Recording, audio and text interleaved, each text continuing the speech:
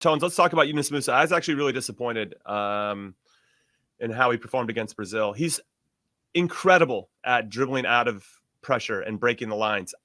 When he gets there, it's like Matt Turner with the ball. No, I'm just kidding. It's not Matt Turner on the ball, but it seems like he, outside of that shot that he took that hit off the crossbar, amazing, where there was a clear idea what he wanted to do, and it was just one time as well. I get it. Yeah, I mean, it's that next pass, that connecting pass. It's either he's trying the hardest one possible, or it's like he's refuses to play simple, or whatever it is in that space. But I wonder what happens there. And yeah, give me your thoughts on the midfielders, because at this point we have to start Tyler Adams, just in terms of presence alone. Yeah, if Tyler Adams can play, right? That's the $1 million question here with this particular group. And the battle, if he can't play, is do you play Johnny or do you play Yunus Musah? Look, listeners know I'm a Milan fan, so I watch Yunus Musah weekly, and it's kind of the same thing. There's a lot in the engine. He does a lot of really, really good things, but I think ultimately, as you said, it's when he gets into that final third of the field, how does he contribute a little bit more? The shot is one thing, right? I mean, let's face it. You look up, you have a shot, you hit it well, and how it doesn't, 99 out of 100 times it hits the post, hits the goalie in the back, and goes in the net. This one doesn't somehow. But I felt like Johnny gave us a little bit more in the midfield over the two games. Now, two different teams, two different opponents, so you can slice that up however you want. And I just think Johnny gave us a little bit more winning the ball in the midfield, being in good spots, maybe had the tougher of the two assignments on the day with starting against Colombia. I think Gregg's got a decision here, and the decision starts with the health of Tyler Adams and how that plays out. But in watching Yunus, and remember, Yunus is what, 21 or 22 years old? Like, yeah. He's still young. It's not like a guy feels like he's been around for years, right? Yeah. You see things that he does, and I think he's best when we sit back and when the ball turns over and he's able to dribble one guy through the midfield and he's running with the ball. That's where I think is his best quality. But he does leave you wanting sometimes a little bit more of that, a little bit more of what he does well. So when I look at this group, that's one of the decisions Gregg's going to have to kind of put his head on the bed and say, who gave us the most? Where do I think I'm going to get the most? I do think we're going to see both of them play, because I don't think any one of those two guys has said, okay, Tyler's out, I've locked this thing down, right? Mm-hmm. I don't think we've seen that from those two guys. So I don't know that either of them played poorly, but Johnny's not nearly as adept in getting forward. And Musah's that guy maybe that can give you a little bit more in the attack, but he's got to be sharper. But again, I watch him every week. I kind of come to expect from Yunus Musah exactly what we got on the day, and you're waiting for that one moment of magic. Yeah, I just want to add that Yunus Musah has more talent in his pinky than I have in my whole body, and I'm a big fan. I just disappointed that we're not seeing a little bit more of that decision making get more mature and evolved, where he does break the lines with his running, and then it's okay to just get it to somebody, get it back, and just find the rhythm once he's now entered into a new part of the field. And so I guess that's where I'm coming from, and just demanding a little bit more from him and that consistency in his decision making. Now, yeah, Chuck, I guess the big question I would here say, I mean, if Yunus Musah, when he took that shot and hits the crossbar to start the game, right, against Brazil, knowing that he can do that, can he do it more often now? Mm-hmm. If you're taking shots from outside, putting it on goal, testing the keeper, guess what? Now the center back step to you, and then you could see his dribbling ability bring him into the box, and whether it's the right pass or the center back steps to him and creates that little pocket for a Pepe, Musah, Sargent, or Balogun to run into. And so that's where he could be an incredible 10. He could be an incredible 8 who gets more goals and assists. But either way, that's why he's been used all over the place, because he hasn't been definitive in the attacking third. If you knew what you're going to get from a consistency standpoint from Yunus Musah in the attacking third, there would be no question where his position on the pitch would be. But now we're seeing him at Milan playing at right back, playing in the same with the Valencia, playing right wing, playing right back, because he is an exceptional dribbler. But then you're saying, okay, what happens when you get in the box? What happens as you come to the attacking third? And so, to your point, it's got to be more decisive. And I want to see him be more confident with those decisions that he makes. Right. Okay. So the big question, this is for everybody watching or listening, and for you two, and Chuck, I'll come right back to you on this. Do you start Tyler Adams against Bolivia? Do you start him against Panama, or do you wait to kind of ease him into the game where we know we're going to need him for sure, which is Uruguay? I think you have to play him. I think it's. But do you risk it? Like, but it's about sharpness. It's about sharpness at this point. It's about building confidence. So, do you start him? Yeah, give him 45 minutes. See how his body goes. Give him 60. You have to play him. You can't not play him and go from zero. I want to play him 90 every single game, but I'm just saying you were kind of hinting at, all right, don't play him. Maybe play him 15 minutes like you did, and then play him for the start Uruguay and see how it goes. You have to build them up.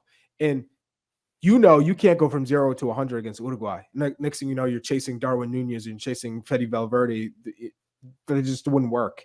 So you're building them up, and then you need to at least see that he can go 75 minutes against Uruguay. I'll tell you that right now. If he can't go 75 minutes, and would you put him in the team if he couldn't give you that? Keep him in this roster if he couldn't give you at least 75 minutes by game 3 against Uruguay? And then you're talking about the knockout round. So you have to recover, because you got to go at least 60, 75 again in the knockout round. So you have to play him, and his body should be good.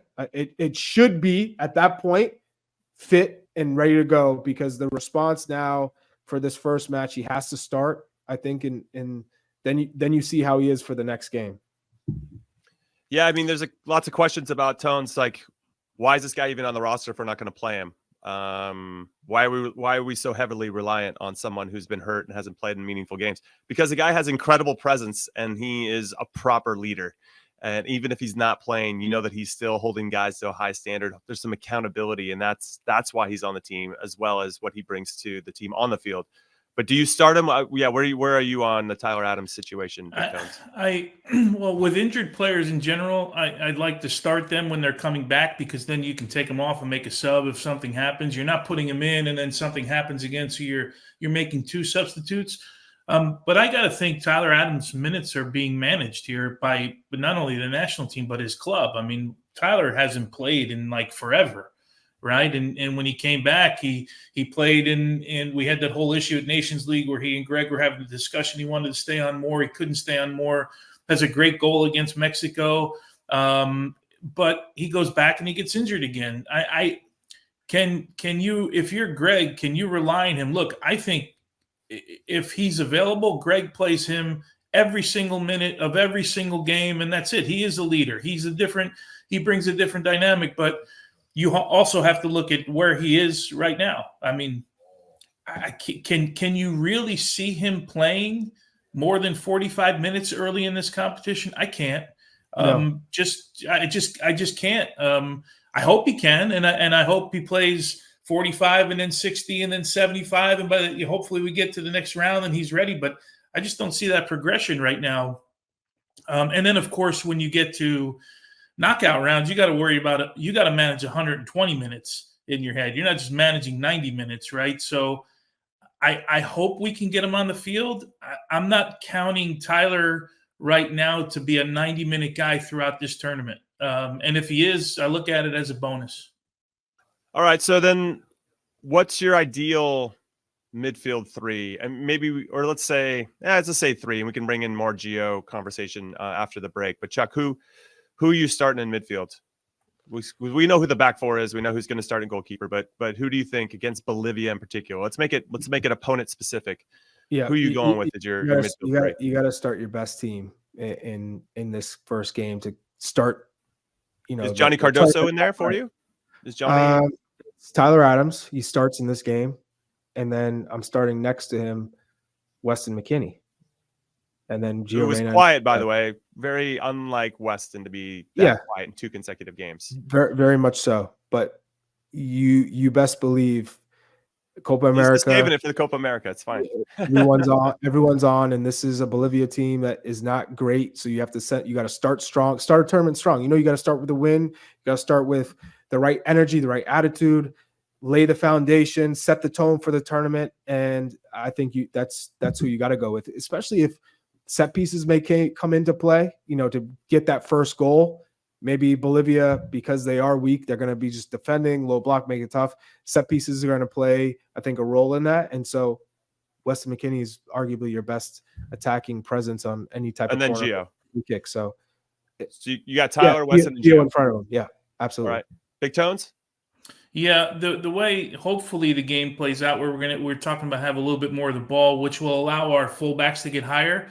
I start Johnny, who's a more defensive guy, to sit in front of the back four, a guy that breaks up plays. And then I'm glad we're going here. Weston needs to be more involved, and somehow we need to get Gio Reyna higher up the field.